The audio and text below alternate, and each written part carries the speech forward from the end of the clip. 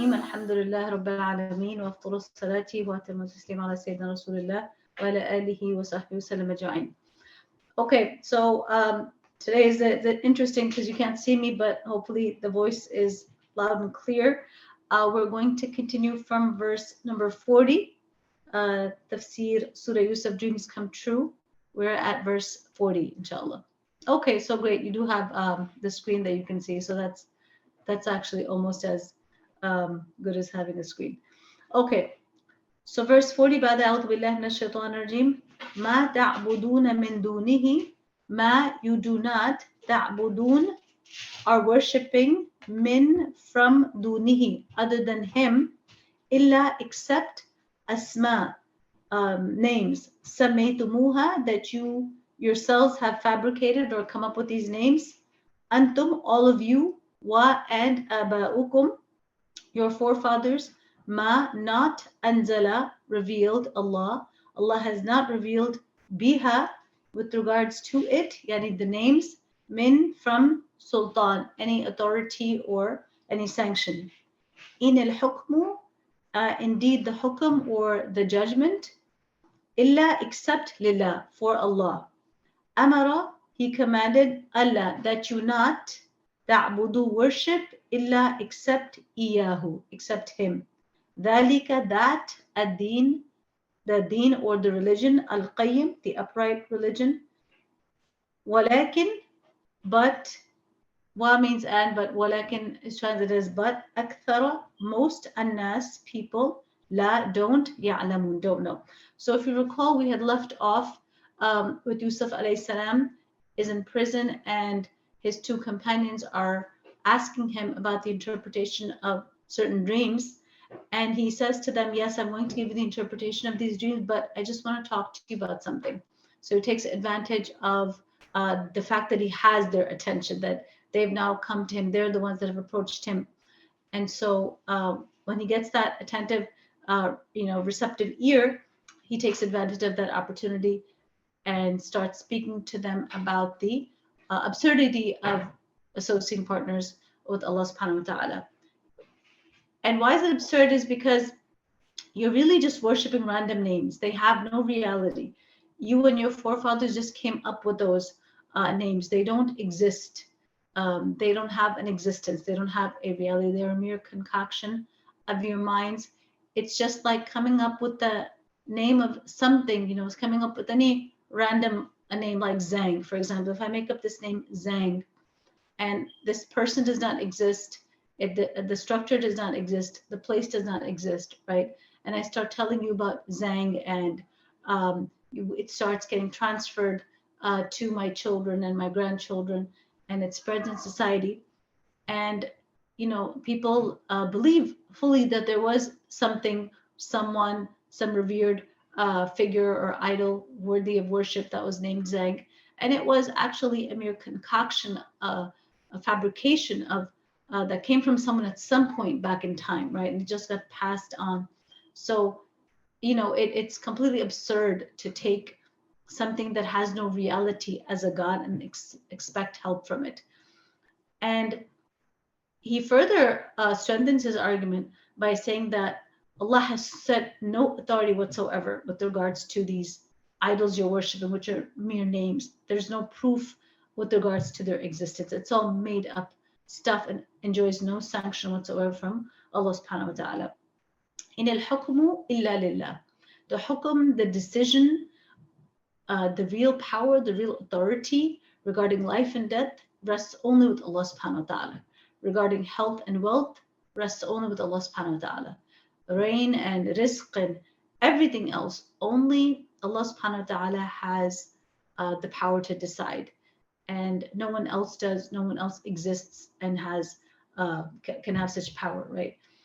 And what is the hukm? What is the command that Allah has sanctioned? What is it that He has given sanction for or mandated or commanded?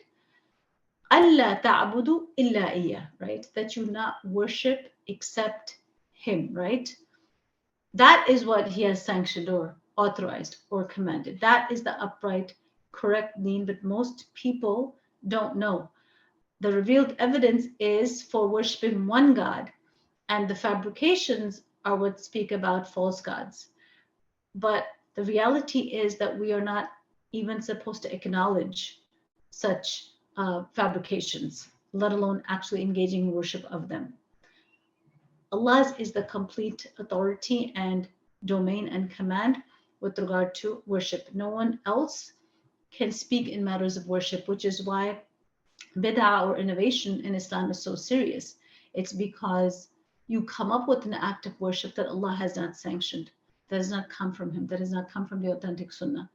And of course, the Prophet is guided in matters of worship and commanded by Allah subhanahu wa ta'ala in matters of worship. So no one can make up their own ibadah. Doing that is bid'ah, is an innovation, it's an addition in the deen, and every bid'ah, kullu bid'atin dhalala, and every innovation is therefore a going astray, right? And that winds up in the hellfire. So we can't make up things with regards to worship. We can't even come up with sincere new forms of worshiping Allah subhanahu wa ta'ala. We cannot even come up with sincere new ways of getting closer to Allah subhanahu wa ta'ala if they have not been commanded by Him, if they're not in the Quran, if they're not in the Sunnah. You can't do that even with the best of intentions, because the power to legislate and mandate forms of worship is the domain of Allah subhanahu wa ta'ala alone.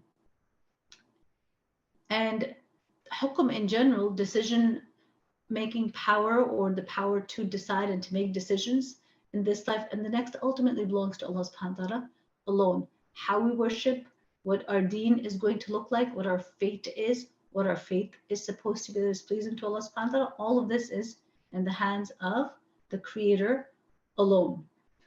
And everything other than that is called upon is either does not exist, when it's therefore it's absurd to call on something that has no existence or reality.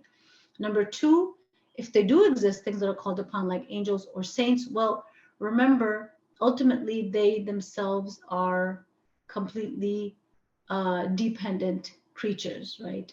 Even if it's an angel or a saint or someone who is, a dead saint, which is, these are all creatures that are completely fully dependent on Allah subhanahu wa ta'ala. And so someone who is dependent, every dependent entity is ultimately poor. And how can you expect someone that is poor to enrich you?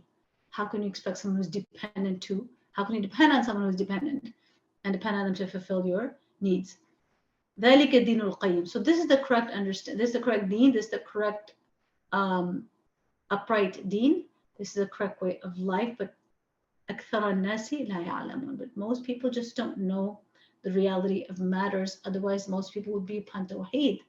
But the fact is they are not. Even today, the majority of people are not on the proper tawheed, right? Although the comparison between tawheed and shirk, the superiority of the logic of one over the other is so clear. The straight path of tawheed is the one that unlocks all khair for us in this world and the next, and is the only way to channel our devotion in a focused, sincere, wholesome, enriching way, right? Instead of dividing your devotions over multiple gods. Someone in class had asked what was the deen of the people at the time before Yusuf al-Islam, is sent as prophet. So we learned from him that it was in fact idol worship, right? Ibn Kathir points out that the people of the two companions of Yusuf al-Islam in prison, they were in fact involved in idol worship. So Yusuf al-Islam is questioning that, right? And he's calling that practice out. مَا تَعْبُدُونَ مِن دُونِهِ إِلَّا أَسْمَاءً. You don't worship in these idols that you worship, you don't worship anything except names that you have fabricated or come up with, right? Okay, let's look at verse 41.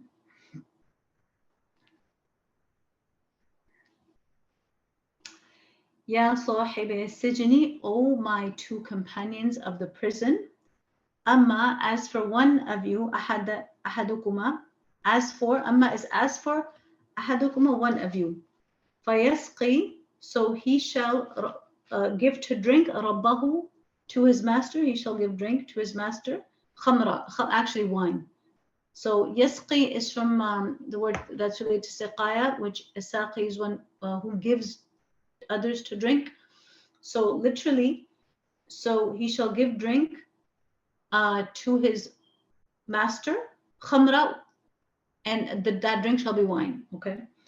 وأما الآخر, and as for الآخر, the other one, فيصلب, he shall be crucified, فتأكلوا, so shall eat الطير, the birds, من from رأسه, his head. قضي, has come to pass الأمر, the matter, الذي, about which, فيه, in it, تستفتيان, you were asking. Okay, verse 41. Fellow prisoners, now he's going to go on to give the interpretation of the dream. One of you will serve wine to his lord, yani to the king of Egypt. And as for the other, he will be crucified and birds will eat of his head. The question concerning what you asked has thus been decided. Okay. So remember Yusuf alayhi salam had said that, I'm going to give you the interpretation of your dreams that they had asked about a few verses ago. But he said, let me tell you about something first. He just briefly wanted to talk to them. So he very nicely fulfills that promise he had made to them, that I'm just going to speak to you about something. He does so for a short while and then gives the interpretation of their dreams. He gives the actual interpretation, the real interpretation, which actually comes true. And this knowledge can only be from Allah subhanahu wa ta'ala. It's highly specialized knowledge, accurate knowledge, what's going to happen in the future, on the basis of the interpretation, the knowledge of the interpretation of dreams that Yusuf alayhi salam was given. This kind of knowledge can only be from Allah subhanahu wa ta'ala. So it appears that he was in fact granted prophethood at some point in prison. And Mawdudi rahimahullah ta'ala, among others, he mentions this in his tafsir. And note how he speaks to them very politely, very compassionately, oh, my companions of the prison. And he doesn't say you, with regards to the one that had spoken about the, birds eating the bread from his head. He didn't say you're the one who's going to be crucified, right? He doesn't speak directly like that. Rather, he doesn't want to say something directly. It's obviously going to be a source of grief for the person that it's meant for. Rather, he starts off with a more positive interpretation, right? That one of you is going to serve wine to his master, and the implication there is that he would be released from prison, right? Obviously, then he'd be able to serve wine to his master, and he would go back to the service of the king and continue to serve wine to the king. And the other would be crucified. And as for the other, so it doesn't say and you're going to be crucified. So it doesn't specify which of the two these things are going to happen to. He speaks in general terms, and he says, and as for the other one, that person is going to be crucified, and his body is going to be left at that place for so long. He shall not even be buried in a grave, and it's going to just be left to rot for so long that the birds are going to come and eat from his body after his death, right? قُضِيَ الْأَمْرُ الَّذِي فِيهِ تَسْتَفْتِيَانِ, the matter about which you inquired has been decided. Okay, yani the question concerning what you asked has been decided. And Ibn Kathir explains this, and the decision about their matter had already been taken. So it had already been decided that this was going to be the fate or the sentence of the prisoners, right? And then there was nothing left except for it to come to pass. Now, what's interesting to note here is that the lesson we can extract from here is that after Yusuf alayhi salam gives them the message of Tawheed, right, and then he interprets the dream. After giving them that message of Tawheed and before starting the interpretation of the dream, he doesn't stop and ask them, well, what do you think about what I said? What are your thoughts? What do you think about Tawheed? What is your conclusion regarding shirk? He doesn't bully them into sharing their thoughts on what he has said in terms of the dawah that he just gave them. Rather, he tells them and he leaves it at that. He's conveyed the message. Now it's for them to think about it, to come back to it, to ponder on it, to accept it, to reject it, right? Doesn't bully them and ask for a conclusion. Rather, he gave them the message and then left them to think for themselves. And this is a very important tip when it comes to explaining things to people or making your case or parenting or in dawah, we all have a need to be validated and immediately acknowledged. And that's not how conviction works, and that's not how conviction is necessarily born. Um, you just have to kind of sow the seed and kind of step back and let it bloom in its time. Maududi rahimahullah ta'ala, he has lots of great insights in his tafsir on this verse, so we will inshallah delve into that in some detail for our benefit. And he says that this is actually the first occasion on which Prophet Yusuf alayhi appears to have begun preaching the true faith. Before this, the Quran reveals him in the different stages of his life as a man of high morality, but does not say anything to show that he had conveyed the message also. From this, it is clear that those stages were of a preparatory nature, and the mission of prophethood was entrusted to him at the stage of his imprisonment. And this was his first discourse as a prophet. So that's the first point, okay? Before, he's a man of high morality, but we can't say that he's a prophet in those prior stages. But then here, he's gone public with the mission and addressed the first people he has access to and waits for the opportune time when they themselves come with a question. And so this is where prophethood appears to have been bestowed upon him in prison, subhanAllah. So, great things are happening in the confines of his prison cell. And this is why our last class, it was entitled Free in Prison, right? Second point, Maulud he makes, moreover, this was the first occasion when he revealed his identity to others. If you go back a few verses, he actually, in verse number 38, he talks about how he follows that I follow the millah, the way, the religion of my fathers, Ibrahim, Ishaq, or Yaqub, right? Before this, we never see him mentioning them in his day in Egypt, right? But here, he reveals his identity. He's the son of these illustrious, pious prophets and figures. So before this, the tafsir mentions that we find him bearing patiently everything that happened to him without revealing anything about his relationships with Prophet Ibrahim alayhi salam and others, right? He kept silent when the caravan came and made him a slave and carried him to Egypt when Al-Aziz bought him and he was sent to prison. And Prophet Ibrahim, Ishaq, and Yaqub, by the way, these are well-known figures, right? So he could have used their names to his advantage, subhanAllah, but he doesn't mention them. And the members of the caravan, the Ishmaelites and the Midianites, both of them, they were closely related to his family, and the Egyptians were at the very least, familiar with the name of Prophet Ibrahim. But the way in which Yusuf mentioned their names in this discourse, right, not before that, shows that the fame of his father, grandfather, great-grandfather had reached Egypt, and it's only, subhanAllah, when he is calling to Allah, calling others to Tawheed, that's when he uses their names. He doesn't use them for any of his own personal gain, subhanAllah.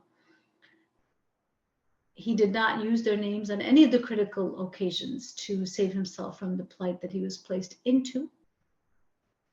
And Maududi, he speculates that indicates that he most likely knew that these things were an inevitable part of his training, inevitable part of training him for the mission that Allah had chosen him for. But now at this point, it is absolutely necessary for him, for the sake of his mission, to reveal this fact, yani, of who he's related to, of where he comes from, right?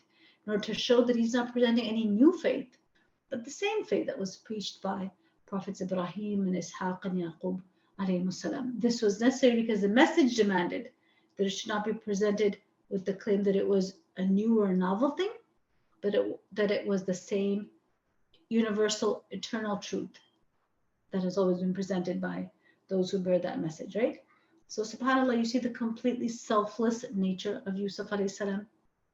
We see this from him over and over again, how sacrificial he is, how selfless he is, how he does not take advantage of any opportunity for his own gain, how humble he is. He doesn't attribute any good to himself. So we have a really clear picture of the personality of Yusuf alayhi salam painted through this beautiful surah, which is Ahsan al-Qasas, which brought to light the story of Yusuf alayhi salam, which here before this had been shrouded in mystery, right? None of the other texts, none of the other revelation had such biographical detail on him, or such a detailed picture of his akhlaq, his personality, the way that the Quran brings it forth. Okay, and the third point that that he mentions about this, one of the lessons this teaches us is that one can, like Yusuf alayhi salam, carve out a way for the propagation of the message if one has the intention and the required wisdom. And this, I feel, is becoming so rare in our days, in our times, is that we don't feel responsible to convey the message anymore. Although, after the prophets, after the Prophet Muhammad sallallahu alaihi wasallam, who is the end of the line of messengers, the responsibility for conveying the message is then transferred to the ummah of Muhammad sallallahu alaihi wasallam, right? Now it is up to us to do our job. But to do it, we first have to recognize it to be our job. We have to first feel that it's our job, right? You have to have the intention, and then of course the required wisdom. But without the intention, the life will just be a series of missed and lost opportunities.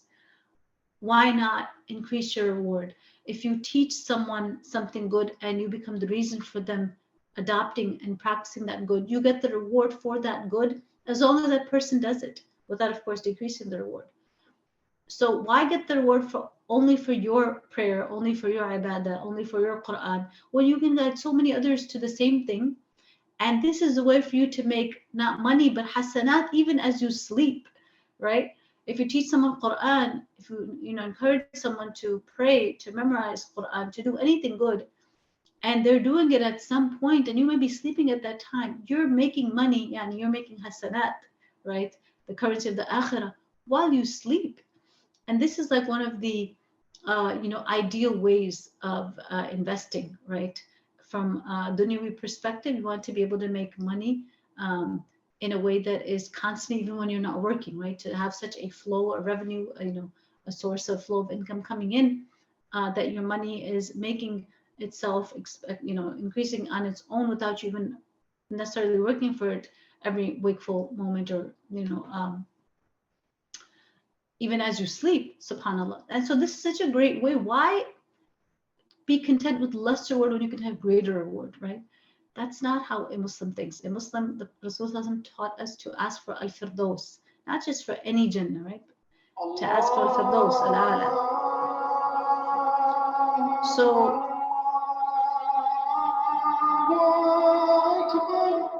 Allahu Akbar, Allahu Akbar. We'll just wait for the adhan, and so we can get the reward repeating after, inshallah.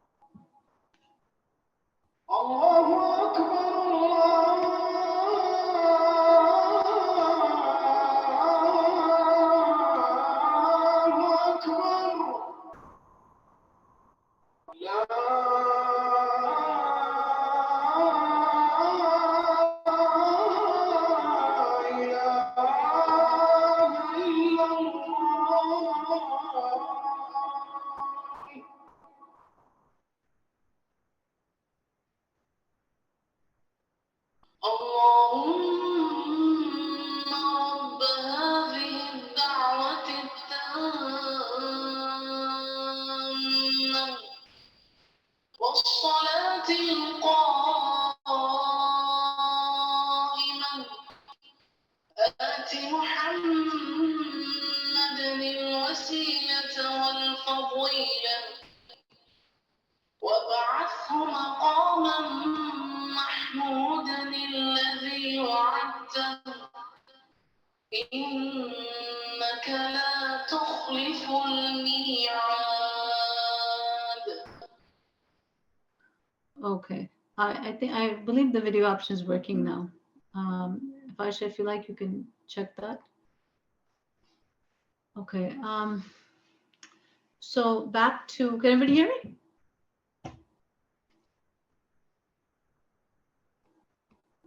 We still don't see. Yes, we hear, alhamdulillah. Okay. All right. So to continue, inshallah. So yes, we're making the point about how Yusuf alayhi salam teaches us that if you have the intention, if you have the focus, if you have the proper purpose of life in mind, then you're going to find opportunities to convey the khair to others, to convey something, anything about your deen, not in a preaching way, but in at a time when people are receptive. We want to seek to benefit others, and we need to really distinguish between, not being overbearing and preachy in a way that causes aversion in people, but to really be invested in wanting khair for others. This is one of the prophetic qualities, is that they were not content to have khair just for themselves, but they deeply wanted khair and good for others as well.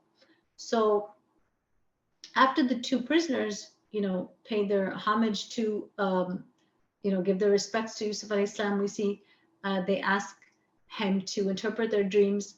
And, what is his response? Yeah, I'll let you know what the interpretation of dreams are, but let me first inform you about the source of my knowledge that enables me to understand dreams, right? Like, don't you want to know about that? How can you trust what I'm going to tell you?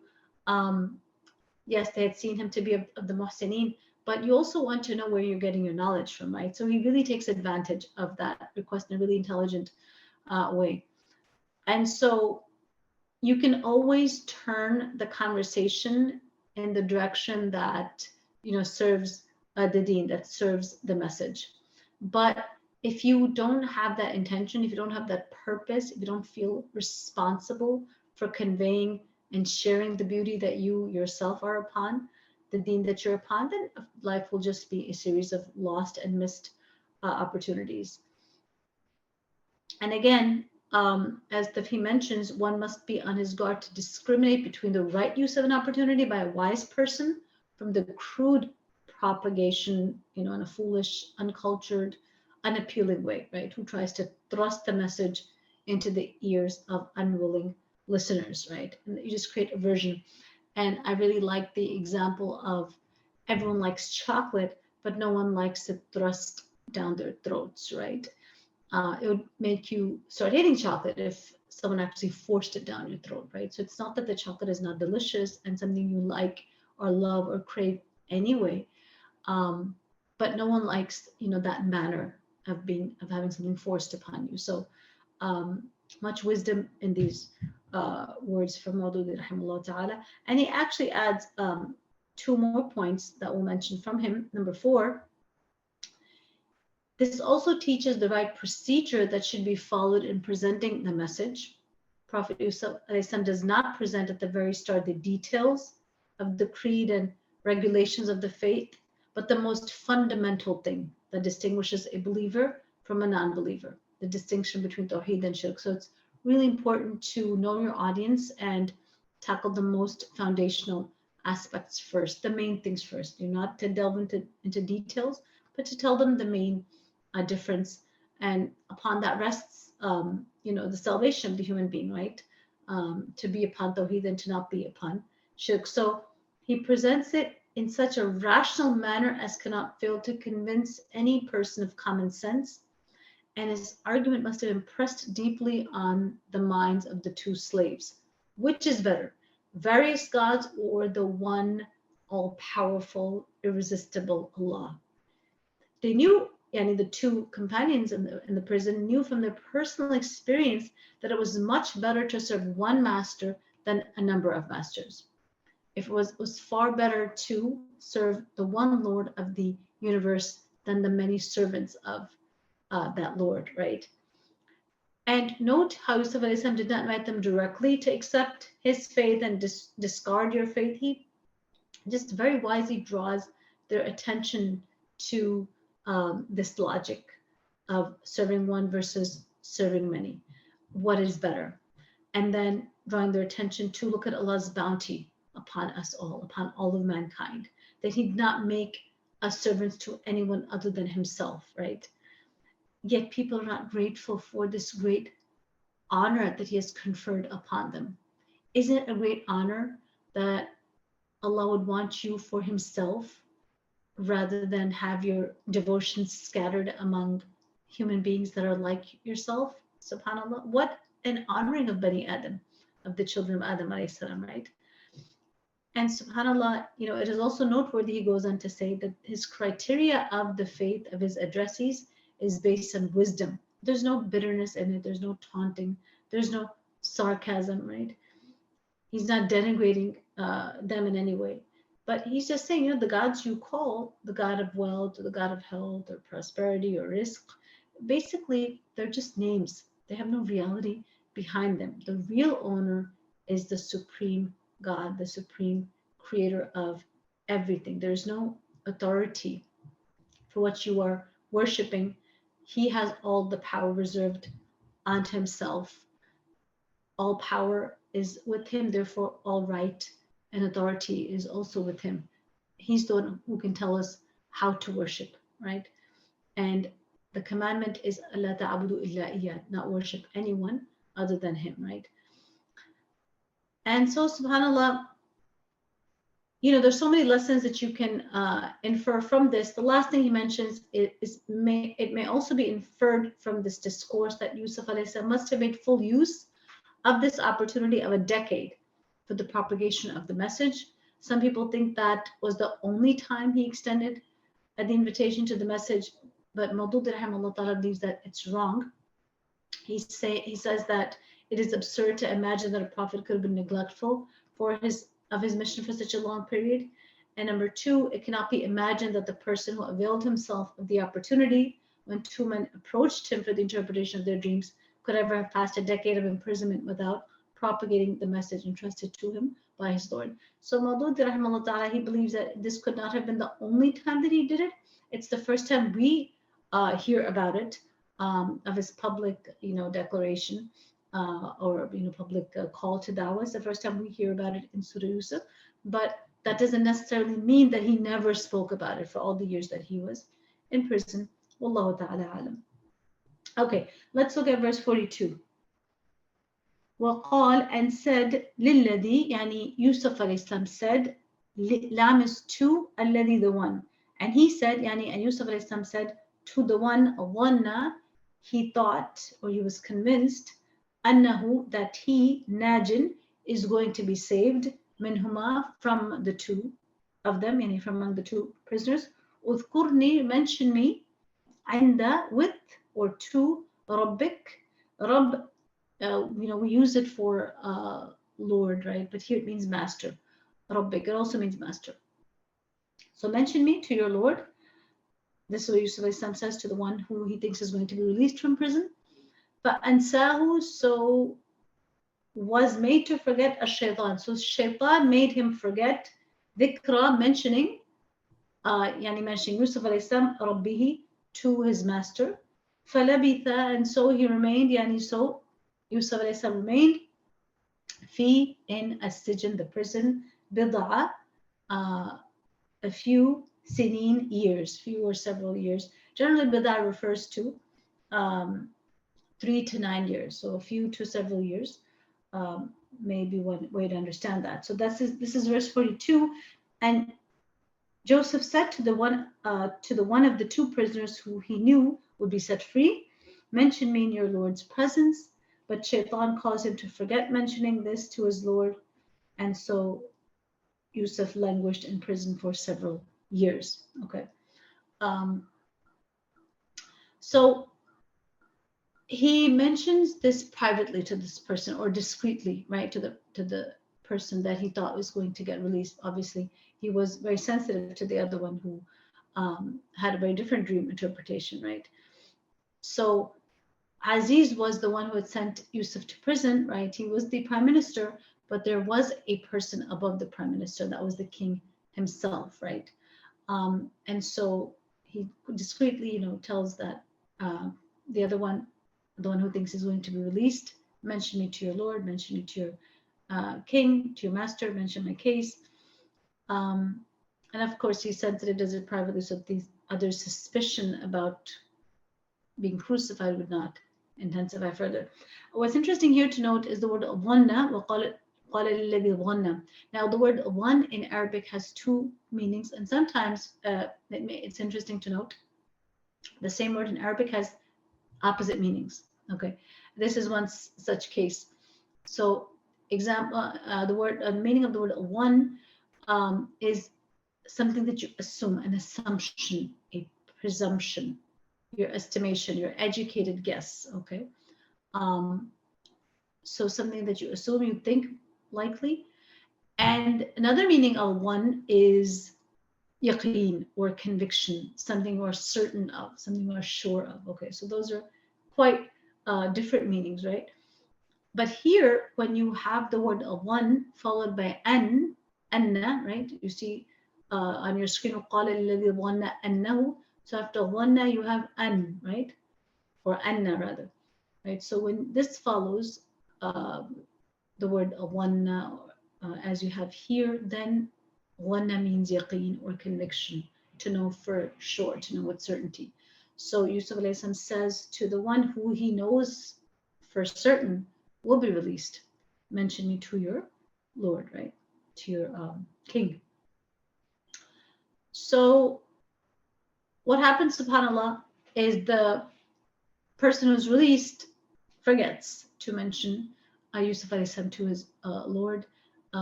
He just forgets his whole, becomes busy with his duties and the palace, serving the king, or enjoying his newfound freedom. He becomes negligent of what Yusuf alayhi salam's request. So Yusuf alayhi salam, as a result, languishes or remains in prison for a number of years, right? So it is mentioned here, فَأَنْسَاهُ الشَّيْطَانُ, that shaitan made him forget, right? Shaitan wanted Yusuf alayhi salam to stay in prison. Look at this great enemy, the great deceiver, the great mortal eternal enemy, who made that individual forget to mention Yusuf alayhi salam. Because shaitan wants Yusuf to suffer. He wants Yusuf alayhi salam to stay in prison. He is ever active in his enmity against us. And a great way that he does this constantly is that he makes us forget. He makes us forget, right? This is, subhanAllah, one of the most effective ways of shaitan to overcome or to dominate us at that point is when he makes us forget. So, subhanAllah, we need to remember, right? This great strategy, when he becomes very effective, is through his this tool of forgetfulness that he employs. So the lesson here for us is the great challenge of humanity really is remembrance. And we talked about this last Wednesday when we had our session on Ramadan and the Haramain, Ramadan and Umrah together, is really all the ibadat of Islam, including Hajj and Umrah, are instituted to help us perfect our remembrance, to help us perfect and exalt and elevate and take to the next level our ability to remember, to remove from us our tendency to forget, to train it out of us as much as possible. And that training is through the ibadat.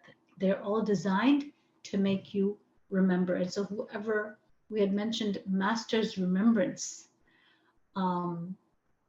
arrives at destinations you can't if you forget. If you forget where you're going, can you arrive? Can you ever arrive upon your destination? You just can't. So remembrance takes you to places you can't arrive upon if you forget you're going there, right? So this is the great challenge of humanity, is to remember. And all the great ibadat of Islam are ultimately designed, their purpose is to help us not forget, to help us remember, right? And we can look at verses that actually clearly speak about this, salah, the dhikr of Allah, that is the greatest thing, right? The fasting aims to inculcate taqwa, God consciousness. How can you be conscious of God if you don't remember God, right? The ibadat of Hajj and Umrah, and after you complete them, what is it? It is to continue to remember Allah subhanahu wa ta'ala. So not forgetting Allah in spite of the dunya, which makes one forget Allah with all its distractions, with its overwhelming effect on our senses, because it is what you see, and the akhirah is that which you do not see. So it's so much easier to forget that which you can't see and become lost in what is perceptible, right? So Shaitan, with all his devices, he seeks to make us forget, and the one who forgets, his or her purpose is then easy to fool, is easy to mislead, is easy to delude. While one who is one who remembers, one who is mindful, one who does not forget, that person is more likely to not get off the path that is leading to their desired destination, because they remember where they were going, right? And therefore they're more likely to stay on Sirat al-Mustaqim. Okay, so inshallah, with this, we're going to conclude our session for today.